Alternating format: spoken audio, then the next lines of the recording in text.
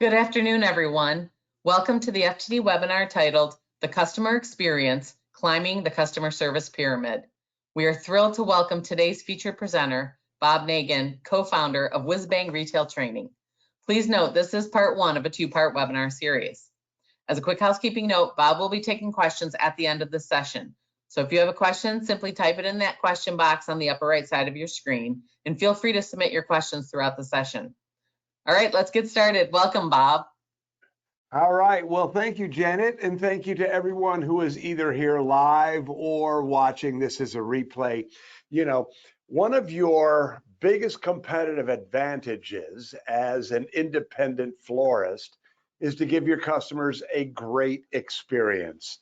And too many people, in my experience, think of having good, kind, friendly, helpful people as the entirety of the customer experience, when in actuality, there's so much more to delivering a great customer experience, to creating a customer-focused culture. And that's what we're going to be talking about for the next 45 minutes. Climbing the customer service pyramid. The customer service pyramid is a way of looking at how you deliver that excellent experience. How do you deliver the kind of experience that make you the florist of choice in a world of infinite options? But let's start with a couple of really sort of sobering, eye-opening statistics. So this comes from U.S. News and World Report. And the average American business loses 15% of its customer base every year, 15%. I think that number's higher, but this is across all industries, so we'll just take a look at it. 60% of customers leave because of poor or indifferent service. 14% leave because of an unsatisfactorily resolved complaint. 9% leave because of price, 5% else go someplace else because of a recommendation, and 1% die. Those 1% should be your funeral business, by the way. But the point is that, which means 82% leave because of some sort of service issue. When you start to think about the long-term value of your business, and the long-term lifetime value of a customer, this really should be an incentive to really get focused on giving your customers an exemplary experience. And here's another reason. This comes from the Harvard Business Review. If you can stop 5% of your customers from leaving, you can increase your bottom line profit by 25 to 95%.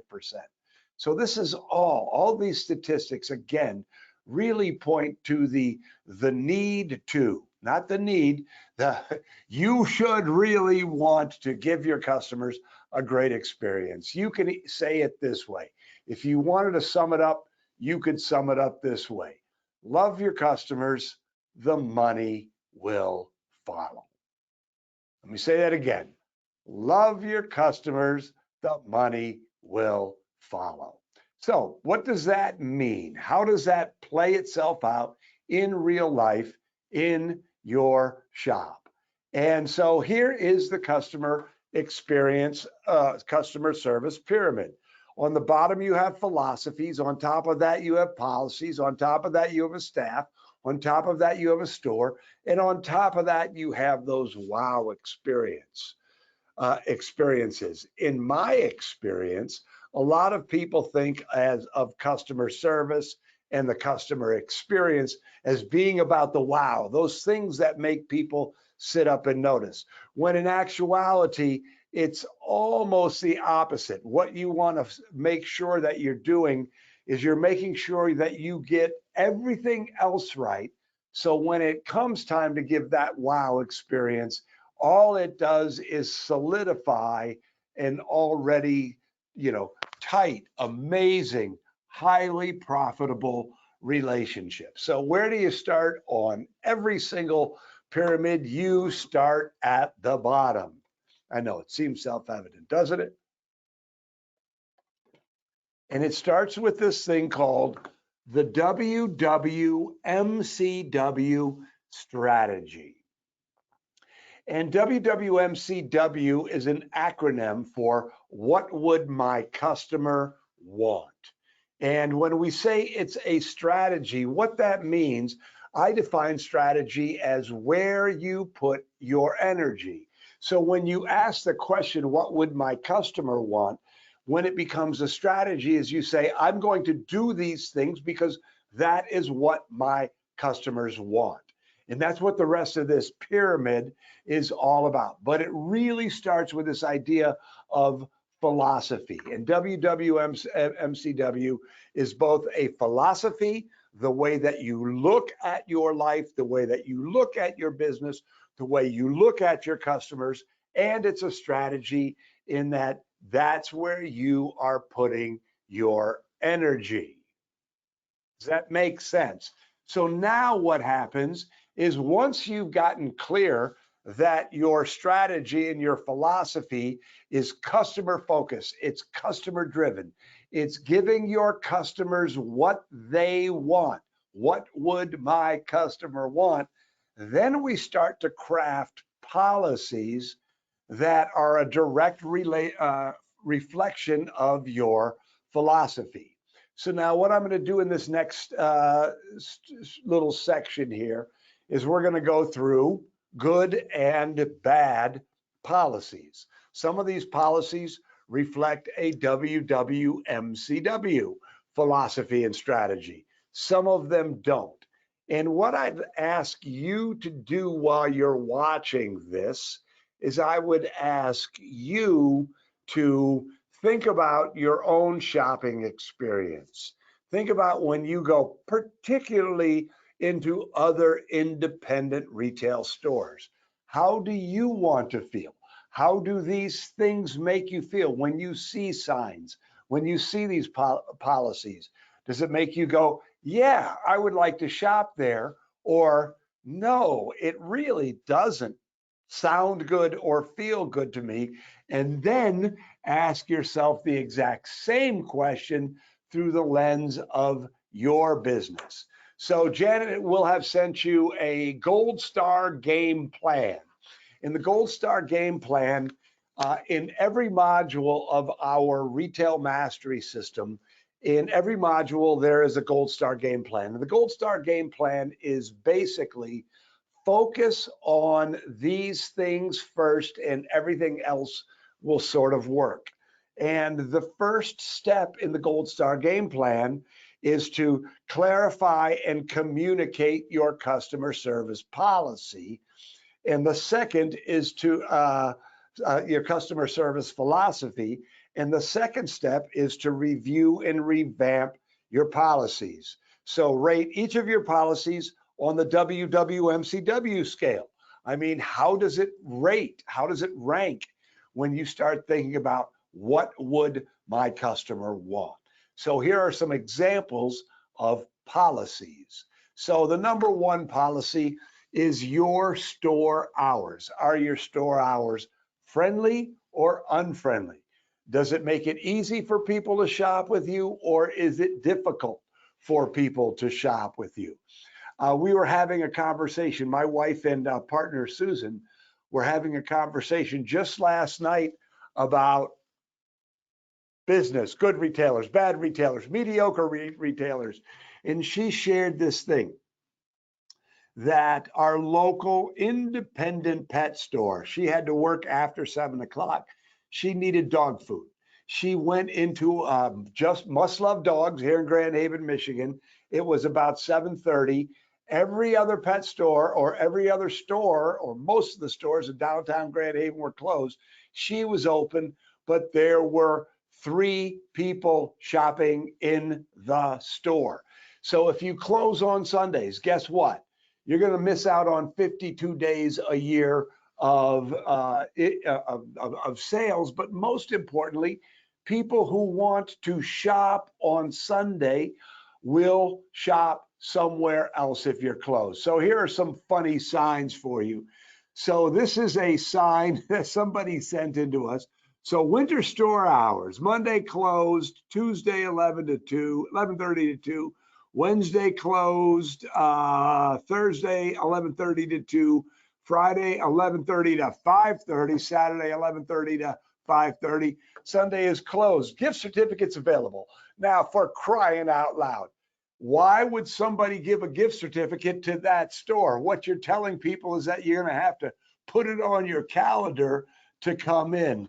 And so it was funny because somebody saw this sign on our WhizBang Retailers Facebook group. And by the way, if you're an independent retailer, I would encourage you to go and join that group. That's WhizBang Retailers on Facebook. There are a lot of florists, some very, very good florists in the group that you can learn from. But somebody photoshopped this sign onto the original sign, and it says March, bitch about the economy ruining my business, April, going out of business sale, and May, file bankruptcy. And although it's funny, there's some truth to that, isn't it? Your policies, your store hour policies reflect your philosophy. So I know you can't be open 24/7. That's the function of online, but you can certainly make it easy for people who have jobs, people who commute, people who want to do these things on the weekend. You can make it easy for them to shop with you, because if you don't make it easy for them to shop with you, they have a lot of options for places to go for their floral needs. So ask yourself, how am I doing there? I just like this song. Sorry, we're closed due to short staff, and somebody pinned on the sign, hire taller staff because I need a taco. You know, it's just sort of a humorous aside on it. But the point is that WWMCW, ask yourself, can I be open? Will my customers appreciate it? Will my customers be there if I'm there for them? And the next one is customer or unfriendly customer payment methods. Ooh, I like this one a lot, or I don't like this one a lot, depending on how you look at it. I love this sign right here. Attention customers, we do not accept $100 bills. The debit card has no minimum. Credit card has a $10. We accept Visa and MasterCard, not American Express. Please present your ID for a credit purchase of $20 or more. All sales are final, no return, no exchange. And, in other words, don't shop here. We don't trust you. We don't want your money, or we want your money if you do things the way that we want you to do them. Incredibly customer unfriendly. All of these things, ask yourself, where are you making these mistakes in the customer service pyramid? Here's another way of looking at it. This is from a local sandwich shop. Electric Hero. We accept cash, checks that don't bounce, all credit cards, euros, Colombian pesos, kroners, British pounds, and margaritas. Hungry but no money, wash some dishes, swap and whatnot, and we'll hook you up. Do you see the tone of these, the difference of the tone of these two signs? Ask yourself, how are you presenting your business to your customers? Now, I didn't even put a sign up here because I just want to go on a rant. I want to go on a rant. India, my producer back there, is laughing because she knows exactly what I'm going to say. You want to lose customers, charge them to use their credit cards. This is the biggest mistake I see independent retailers making all the time right now. And there's this attitude of it's costing me a lot. Yes, your credit card expenses do cost you a lot. Guess what? It's a cost of doing business. And so you could say, I see more and more people doing it, but lemmings all followed each other off the cliff. Do not be a lemming. We did a survey on WhizBang retailers about how people respond to stores and restaurants where they charge you to use your credit card. Guess what? Now, these are independent retailers just like you. These are people who should be sympathetic to the costs of, handling credit cards. 45% of the people said this answer, that they said, I don't say anything, I simply don't come back. When you got to 65, then when you took sort of all the nuanced answer, but basically, I don't like it at all, it went all the way up to 65%. So my question to you is, can you afford to lose those people for 3 to 4%? And I'm going to look at you and say, no, you can't. Build it into your pricing, build it into your cost structure, or just make it a cost of doing business. Do not nickel and dime your customers. People are getting tired of too many fees. And so when we ask ourselves, what would my customer want? They don't want to pay 3% to you to pay the way that they want to pay. So there's my rant. And if you are doing that, I'm going to just strongly encourage you to reconsider and to quit charging. WWMCW, love your customers, the money will follow. Friendly or unfriendly return policies. I mean, would you want to go to this store? No returns, no exchanges, no refunds, even if you bought the wrong one by mistake. You know what that's saying? It's saying don't buy anything unless you absolutely have to here, right? What's happening here is somebody is trying to protect the margin. And you don't want to protect the margin, you want to protect the relationship, because the lifetime value of a transaction, the value of a sale, can never, ever exceed the lifetime value of a customer, and especially in your industry. So let's go back to this concept of lifetime value of a customer. What you want to do is you want to make the experience so great. You want to build this customer experience pyramid so strong that people feel so loyal that when they do have a wedding or they do have a funeral, that they come to you. So they're buying flowers on all of their special occasions.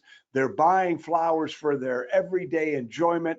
But just as importantly, you're building the relationship so that when they do need that special big ticket event, that they don't think, where am I going to go? They come straight to you. You are the florist of choice. You have things like this, forget about it. You have now become a commodity, and they're going to shop around. You don't want people to shop around. You want them to come to you for the quote. So how about this one? Our return policy. We tried it. We liked it. You don't? No problem. We'll gladly give you a refund. That's a much more customer-friendly return policy. I'll say it again, don't nickel and dime your customers. People hate it.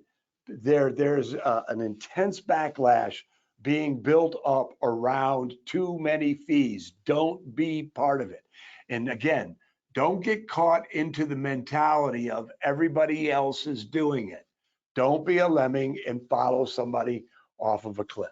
How about bathrooms? I love this one. Attention, toilet only for disabled, elderly, pregnant children. I have never met a disabled, elderly, pregnant child before. I'm just saying. And then, thank you for shopping with us. What a dichotomy in attitude, right? So again, we're asking ourselves, how does it present to our customers? When our customers see and experience our business, are they thinking, this is amazing, I love the way this business makes me feel? Or do they feel kind of cheap, like you're treating them like a piece of meat with a credit card in their pockets? So again, what are we doing right now? We're going through and are asking ourselves these questions. I like this one too. Restomers, $1 per person if you're not making a purchase from us.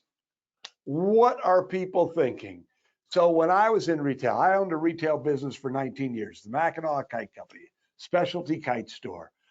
We had an eating, drinking, pet, we didn't care. As long as you came in the store, we were happy. You could use our bathroom at any time. But again, all of these things make a difference. If somebody comes into your store and you say, no, I'm sorry, we don't have public bathrooms, they're going to leave and they're never going to come back. Their lifetime value has just walked out the door. Here's a couple of signs that I absolutely love that speak to the general attitude of a store owner. This is maybe my favorite sign of all time. Store rules. If you're crazy, stay out. If you plan on asking for a discount, refer to Rule 1. Please do not fart inside the store. I mean, what prompted that? No foods, no drink, no smoking. If you have a crappy, that's not the word, attitude, we charge more. What does that say to somebody who's walking by? What does it say? And I've shown this sign 100 times speaking live, and somebody came up and pointed this out to me. In the background of this picture is a onesie, a child's onesie that says, "My mom puts out." It's like, I think that this window just says everything you need to know about that store. It's the attitude. It's the attitude. How are you coming across? Do not use this reflection off the glass to check yourself out. Somebody was clearly annoyed, right? Everybody's looking in the window, so they had to put up a sign. It's terrible. Now, let's compare this to this sign. We have quarters and maps and directions. In other words, come in to the Mackinac Kite Company. I don't care if you're smoking, if this is when smoking was okay. Smoking, drinking, you have dogs, you have babies. The first step in making a sale is to get them into the door. The attitude that you display on the outside and the inside is going to tell your customers how you feel. Again, your policies are a reflection of your philosophy. If you have a lousy, customer unfriendly philosophy, it's going to show up in customer unfriendly policies. It's going to make your business very transactional. It's going to make your lifetime value of a customer low. If your philosophy is WWMCW, your policies reflect that. All of a sudden, you're going to get more loyal customers who are going to stay with you longer, and the lifetime value of those customers is going to be significantly higher. If you're taking notes, write this down. A wise man said, actually, it's me, I just like saying that, is never let an incident create a customer unfriendly policy that punishes the many for the bad behavior of the few. So, clearly on the absolutely terrible sign, once upon a time, somebody farted in the store. So now there's a policy. Don't fart in the store. Here's what I see. I've been doing this a long time. I had my own retail business for 19 years. We've been doing this for almost 25 years. There's a tendency to, whenever a problem, something happens that doesn't make you feel good, or somebody takes advantage of you, to create a policy around it. And what I want to share with you, and what this quote is all about, is there's a difference between an incident and a problem. If somebody bounces a check once a year, those are incidents. If you have somebody bouncing a check 3 or 4 times a week, that's a problem. So the first time somebody bounces a check, don't put a big sign up on your counter saying, if you bounce a check, it's going to cost you $35. We're going to report you to the sheriff's department, basically threaten them. Don't put those signs up. If it becomes a problem, deal with it. But at the end of the day, what you want to do is you want to make it easy for people to shop with you. Think of a smooth and straight road. That customer experience, you want it to be smooth and straight, and every customer unfriendly policy is a little bump in the road. Handling complaints. Here's how you should handle a complaint. When somebody complains, don't get defensive. Do this. Thank you. Thank you. Why? Because when you say thank you, what that means is that you are getting them on your team to help you resolve the problem. Thank you. And then ask this question. Excuse me, what would you like me to do? You see, when you don't solve the problem to the customer's satisfaction, they're going to go someplace else. They're done as a customer. But if you say, look, I'm not happy until you're happy, and I'm going to do what I can to, within reason, of course, to make this right by you, all of a sudden now they're on your team. And I don't remember where this statistic came from. It was, anyway, but the statistic that I know it came from Michael LeBouf. What a name. The name of the book was Customers for Life. And the statistic was a customer who has a complaint resolved to their satisfaction spends 3 times more than a regular customer, right? So think about this. Think about your own experience. You come into a store, you're ready for a fight, you're ready to complain, and then they go, oh, wow, I'm so glad. A complaint is a gift, right? I'm so glad. Thank you for sharing that with me. What can I do to make it right? They're going to be reasonable in almost every case, and they're going to be so much more happier with you and your business. So that's a real quick overview of policies. So you see how we're building this up? First, you have a philosophy, and then you have policies that mirror those philosophies, and then you have a team. You have to communicate all of this to your team. Your team members are the people who are standing out on the floor, who are on the phone, who are at the funeral, who are setting up the wedding. Those are the people who are between you and your customers. Yes, you deal with customers. I get it, but you have to have a great team. What you want is you want the right fit. You need to hire good people. You need to hire good people. I call it good chicken, right? So at the Negen house, we love to cook. And our boys are now in their mid-20s. But when they were growing up, we wanted to teach them how to be self-sufficient adults, which means we needed to teach them how to cook. And what we were trying to impress upon them during a certain stage in this learning to cook journey was that quality ingredients go a long ways towards making a good dish. And so the deal is, so the sort of the catchphrase we use in the Negen family is, what's the secret to good chicken? What's the answer? And do you know the answer? What's the answer? Good chicken, right? You can't go, if you have guests over and you're trying to make the best meal you can make, you don't go to the grocery store and buy the cheapest, rubberiest chicken. No, you buy the good chicken. So you want to hire people who are good chicken. So next time you're interviewing somebody, look across the table and say, are those people good chicken? You have to start with really good potential. Grumpy people need not apply.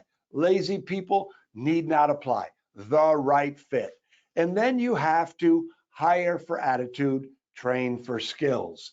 And I think that this is so important, that if you want your customers to have a great experience in your store, you have to have great people who have been properly trained. You have to create a training program. You have to clearly communicate your standards.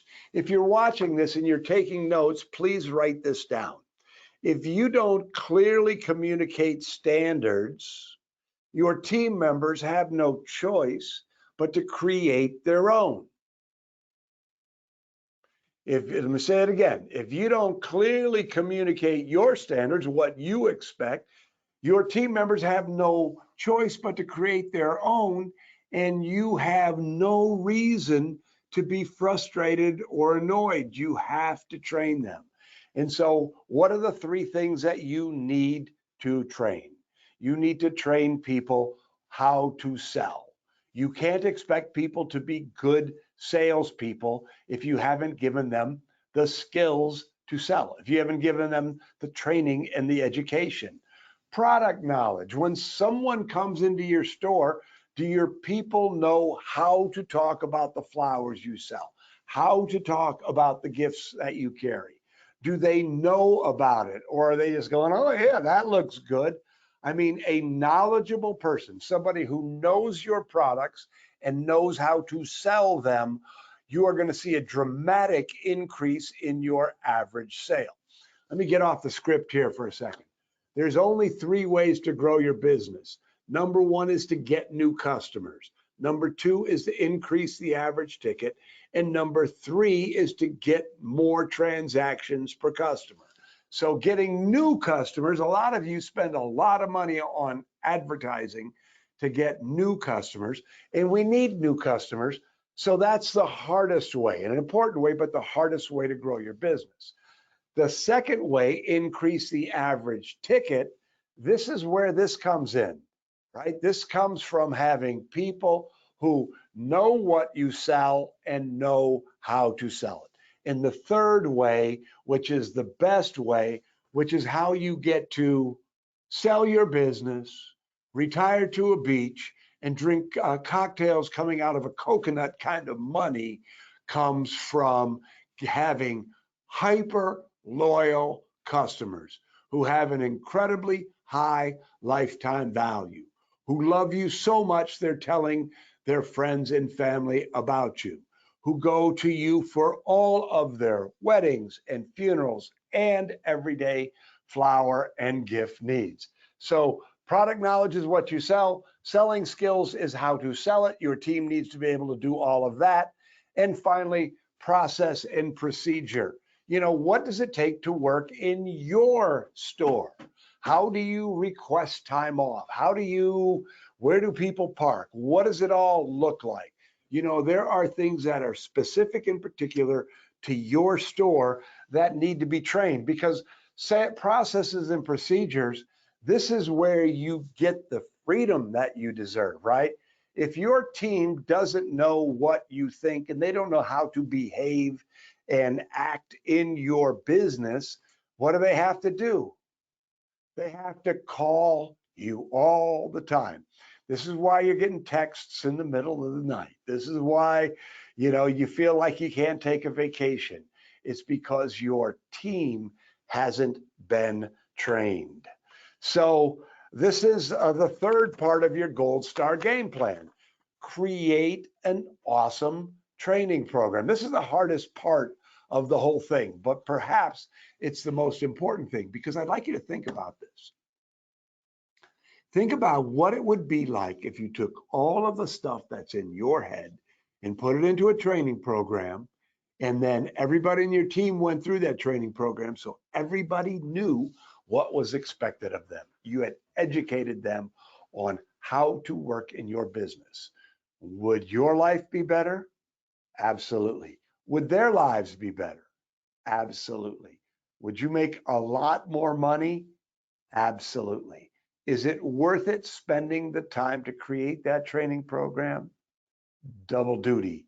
Absolutely. Is that a term? Double duty? Absolutely. I just made it up. So anyway, training is so important. And then you need to live the culture, right? You can't tell people that the customer comes first and then you walk by 4 customers on your way out of the car. You are the leader. You need to lead by example.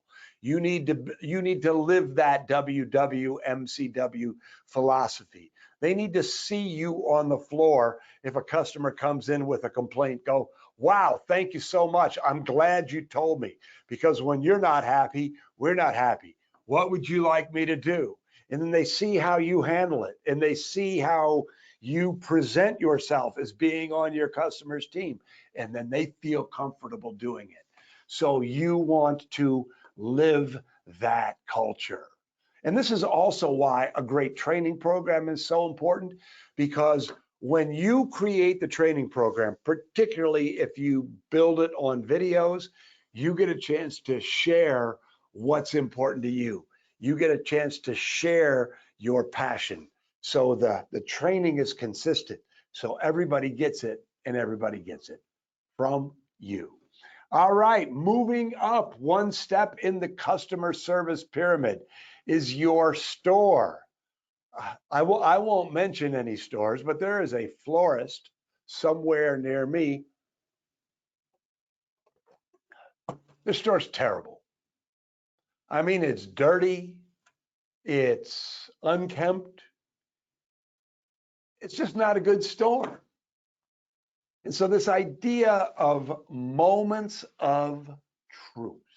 A moment of truth is a moment where someone is making a judgment, and that judgment is moving them closer to loyalty or moving them away from ever shopping with you again.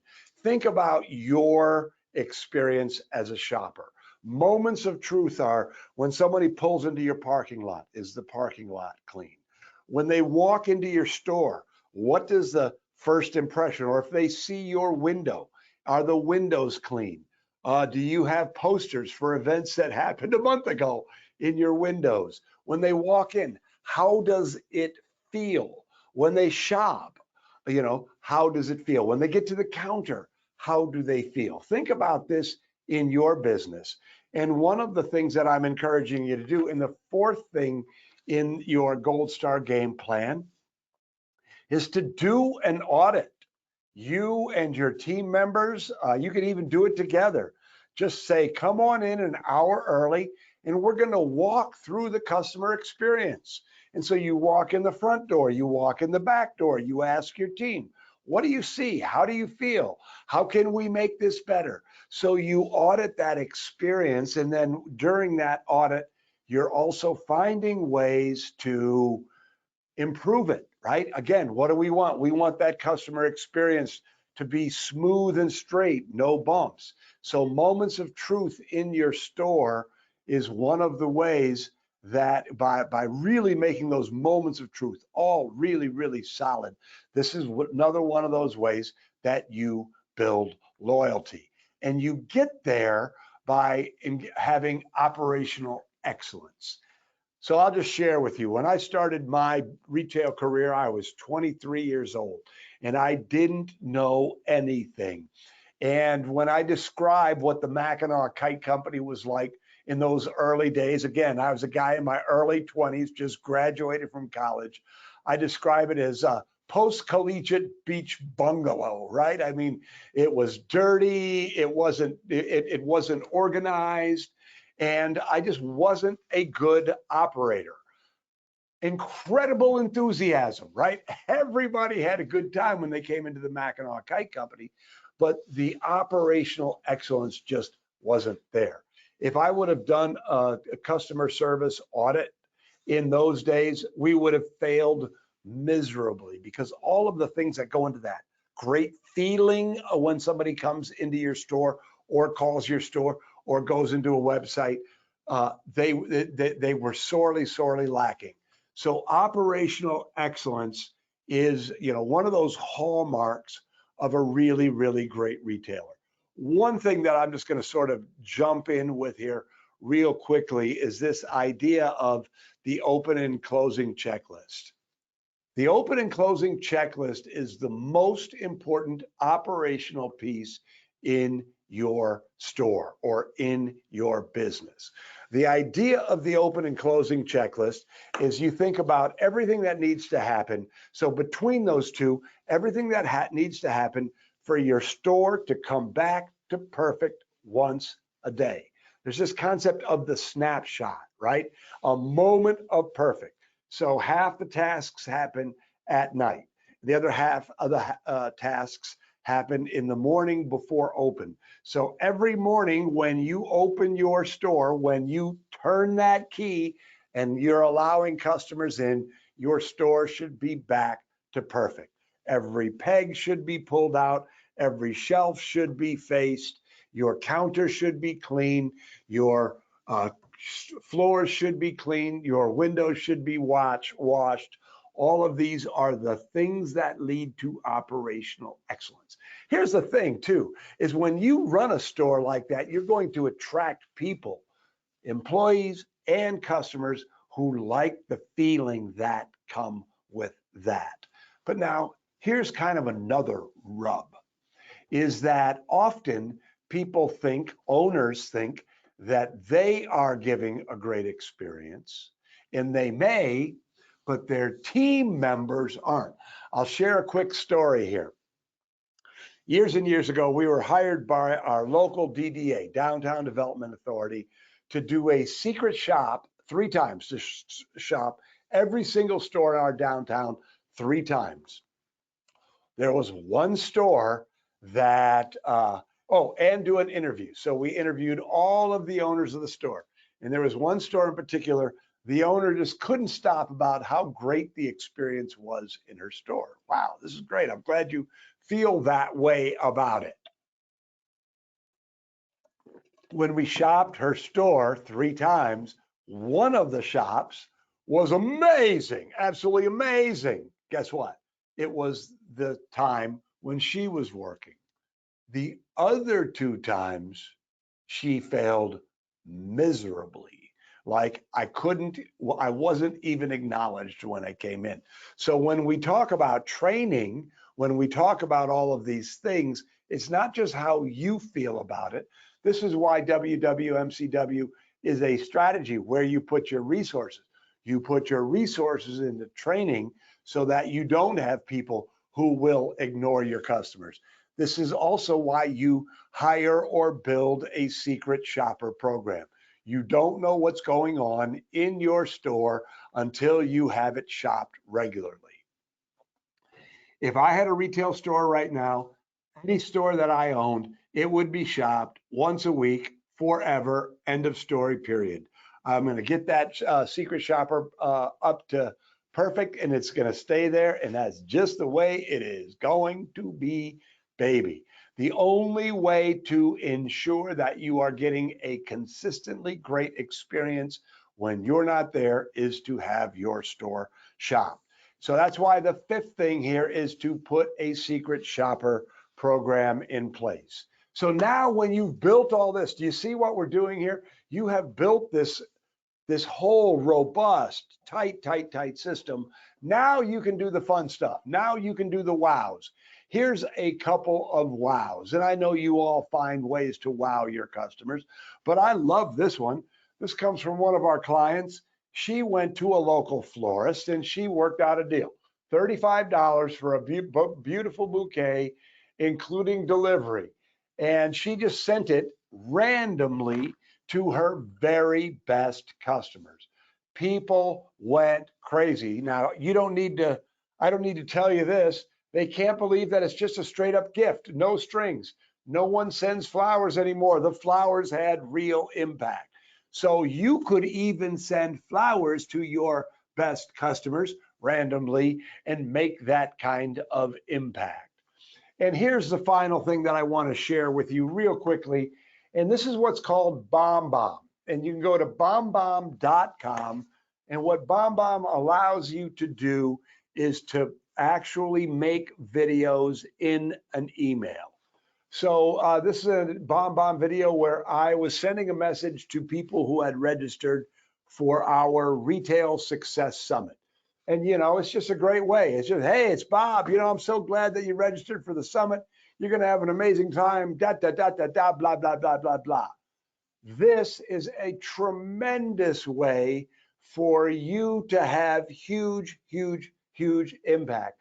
What I would say to you, knowing what I know about your industry, is that every time that there is a funeral or a wedding or something that is really important, a BombBomb video from you the owner expressing joy, condolences, anything like that. So incredibly powerful. So this is just another way for you to do a wow gesture. Does that make sense? All right. So the final thing that I want to do is that's the wow. There it is. That is, can you get that, Indy? My phone. So by the way, if you're watching this, please turn off your cell phones. I'm just joking. Thank you very much. Okay. So here it is. This is the customer experience pyramid. But do you see how most people think that the customer experience is all about the big gesture? What I'm suggesting to you is that, yes, it's about the big gesture, but it's the big gesture built up by a strong foundation. This is all about skills. And if you want to be a more skilled merchant, I really want to encourage you to go to retailmasterysystem.com. It is the most comprehensive training program for independent retailers anywhere. There's 11 modules. There's over 25 hours of training. All of the things that we talked about here are covered in depth in the Retail Mastery System. Of course, you can take what you've learned from today and apply it in your business, and you will give your customers a better experience. But if you want to go deeper, if you want to build out a training program, if you want to learn how to do a do-it-yourself secret shopper program, consider investing. It's just one of those investments that's going to keep paying for a long time. There is a special deal if you are watching this. If you go to retailmasterysystem.com and go and the coupon code, write this down please, is show 500. The Retail Mastery System is usually $2,997 for you because it's here. It's only $2,497. You get 2 tickets as the Retail Success Summit as a bonus, and you get a 90-day unconditional money back guarantee. So at least take a look at it. You know what? You're entrepreneurs.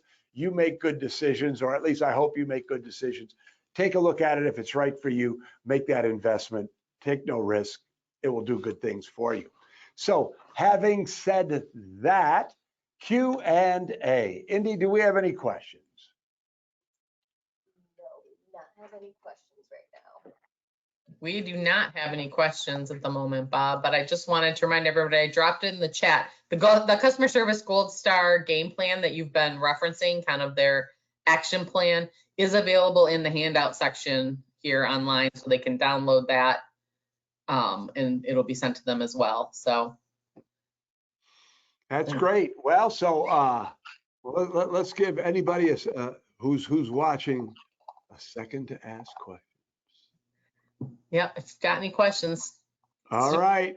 type it in the question box. Bob, all right, Janet, do you have any questions? I don't have any questions, but I want to preview that by saying, I want to thank everybody for joining us. And reminder that today was part 1 of the 2-part webinar series.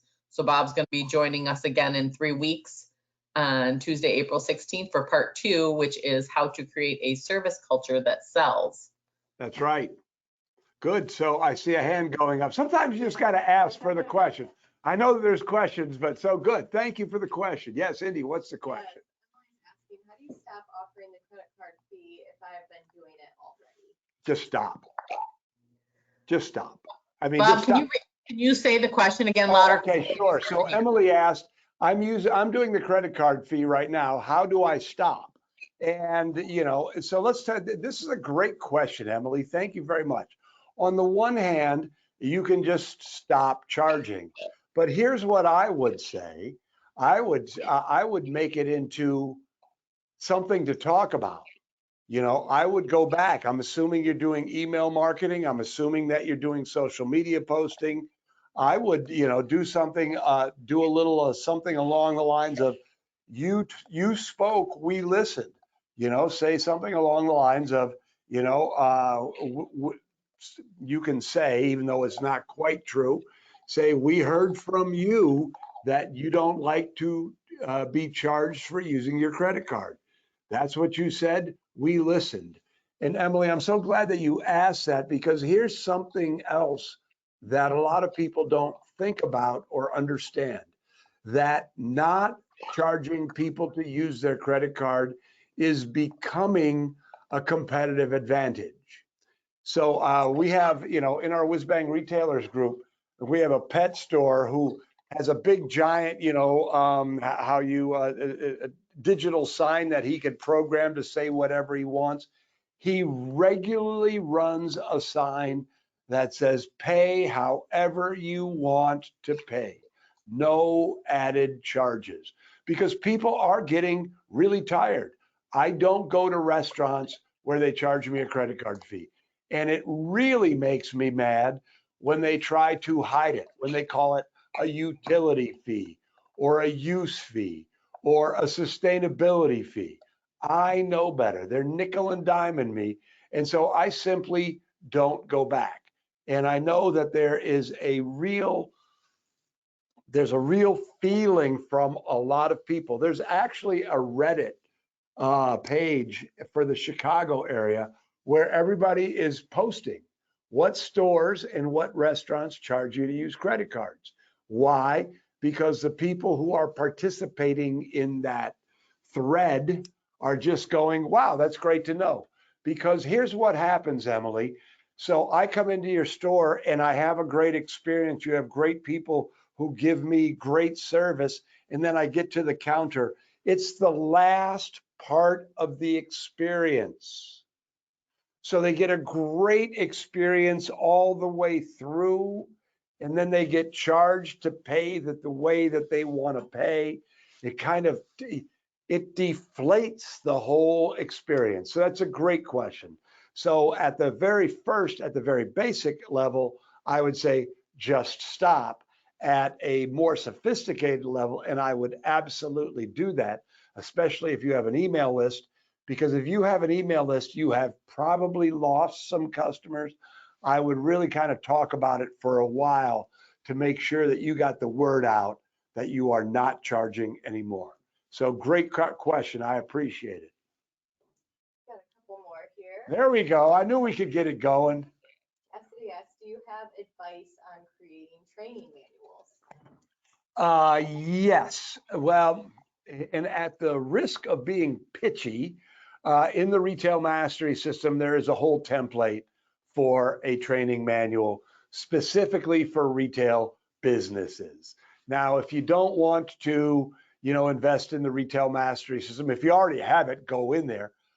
You can certainly Google and you'll find a lot of the HR companies are giving templates. The problem with the HR companies that are giving templates away for free is they tend to be CYA documents, cover your butt documents, legal documents, more than training documents. So at the very least, just sit down and ask yourself, what do my team members need to know to, to function, to really do a great job in my business. Now, here's something else. Again, another program that we offer. If you go to retailbrilliance.com, you can learn about our custom course. And we have a software platform where you can actually create your team training in the platform. And it's very, very reasonable. And of course, you get a template with it. So, I mean, everything I'm telling you to do, you can figure out on your own. But I'm sharing resources that will make it easier. So, I mean, at the very least, just go and look at it. You can sign up for the custom course and play in the platform and not pay until you actually have your training program built and you push publish and you start assigning it to your people. So at the very minimum, you can get a good feel for what a good training program looks like. by going to retailbrilliance.com. So great question. Appreciate it. Yes, we have another question from Katie. She Hi, asked, Katie. how can you easily increase staff morale around holidays without increasing cost? Oh, that's a great question. So this is a leadership question, right? So staff morale.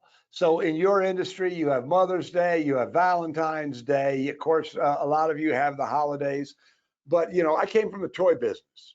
So I absolutely understand being slammed. Christmas and Easter were our holidays. So there's a couple of things that really make a lot of difference. And number one, you being there leading the charge. Like, I'm not suggesting you need to work every hour on the floor, but you need to be there. So we have a client who has a very large floral business here in West Michigan, and she's taking over the business right now. And she tells the story of how she went in the back, somebody quit, and she went in the back and started doing the things that needed to be done, washing buckets, getting her hands dirty. And it came back to her that her team really appreciated seeing that. So number one, walk the walk, talk the walk, talk the talk. It's busy. I'm going to roll up my sleeves. I'm going to bust my butt. I'm going to work hard right next to you. We're going to make this happen. If they see you doing it, they're going to be a lot more enthusiastic about doing it. So many gestures are around just saying, hey, thank you, thank you, thank you. When you all leave at the end of the night, say thank you. Things like they're tired, they're working, they're not taking breaks. Bring in pizza, have healthy snacks available, have a bowl of fruit there. Here's the bottom line. Show them that you care. Show them that you are all on the same team. And it goes back to good chicken too. Good chicken goes a long way. If you have good chicken, good people who are trained, who know how to use your business, who know how to work in your business, and then you add a little love when it gets busy, that's how you solve that morale during the busy time issues. So another great question. Thank you.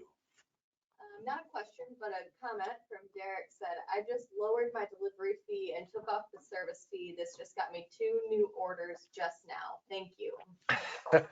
You're welcome. You're welcome. I'm telling you, people aren't saying anything, but they're noticing. So I won't go into stories, but good. And so here's how I'm going to ask you all to look at these things. Don't get me wrong. I'm a business person just like you. I had a retail business for 19 years, just like you. I worked the floor. I'm not a business professor talking pie in the sky stuff.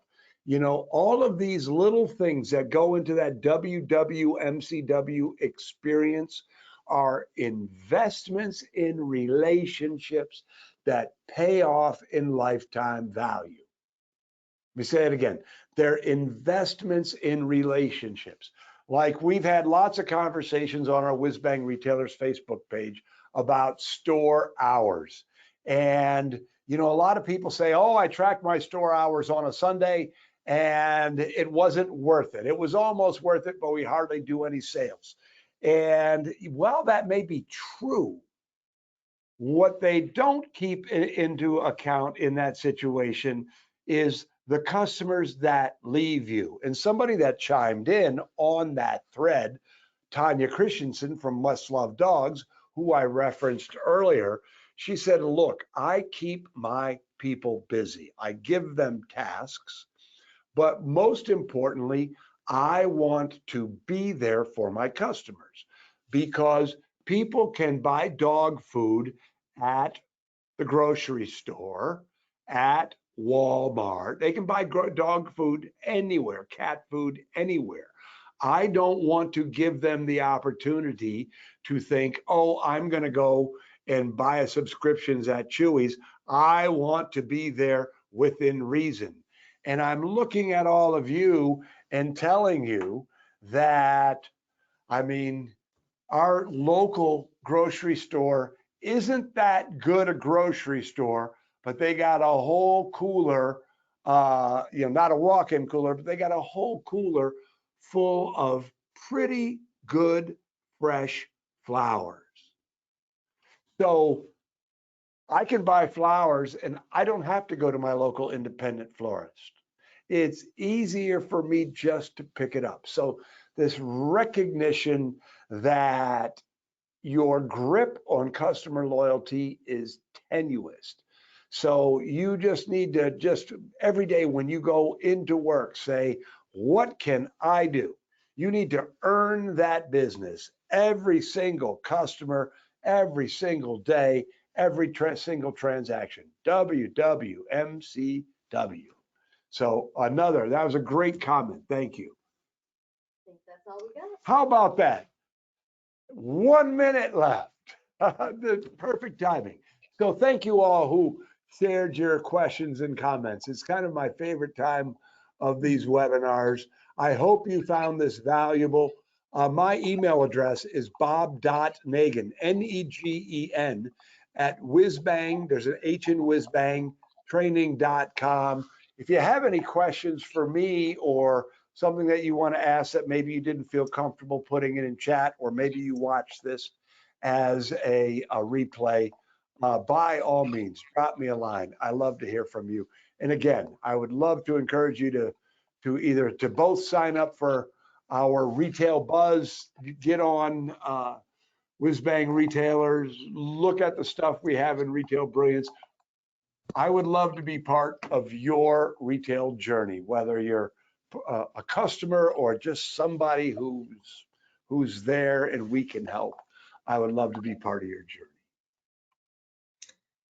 Thank you so much, Bob. This was really great. We were so excited to have you here today. As a reminder, this is only part 1 of part 2. Bob will be back again in 3 weeks on Tuesday, April 16th for part 2. So if you haven't registered for that yet, go to ftdi.com and register now so you don't forget. And as a reminder too, for more education programming from FTD, visit ftdi.com to register for those upcoming webinars and design shows, as well as viewing any of the past education programs on demand. Thank you, everyone. All right, thanks everybody. Take care.